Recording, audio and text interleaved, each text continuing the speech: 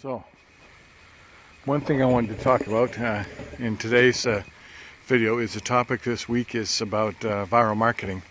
And that has a great relevance to international business because the situation of viral marketing is caused a lot by advances in the technological environment, the social cultural environment, even the economic environment in terms of spending money and companies having to get the most results for their marketing and promotions campaigns.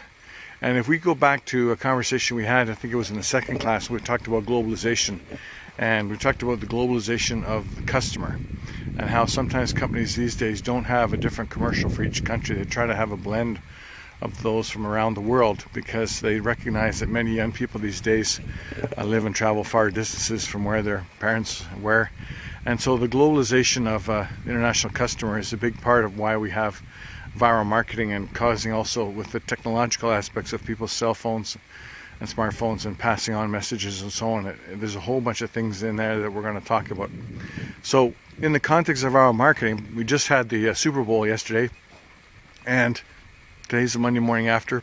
Tom Brady, greatest of all time, seven Super Bowl rings.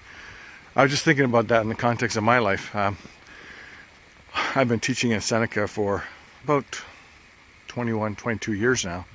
But I taught at U of T concurrently from 2000 to 2017. And during that time, I won Professor of the Year Award twice, in 2016 and 2017. I was thinking to myself, that was one of the highlights of my teaching career.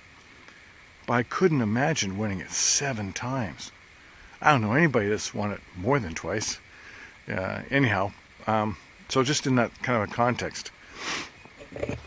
So, Super Bowl. That's kind of like the Oscars for TV commercials. And although TV commercials can be somewhat outdated, what they've done with the companies that are putting out these big efforts is they're given glimpses in advance. They're putting previews on YouTube channels and other things like that to sort of build up a whole theater around what you're going to see. And so this is part of what we're going to do when we talk about viral videos this week. We're going to talk about how small and medium-sized companies can get a real big bang for their buck by approaching it from the perspective of a guerrilla marketing or an asymmetrical type of situation.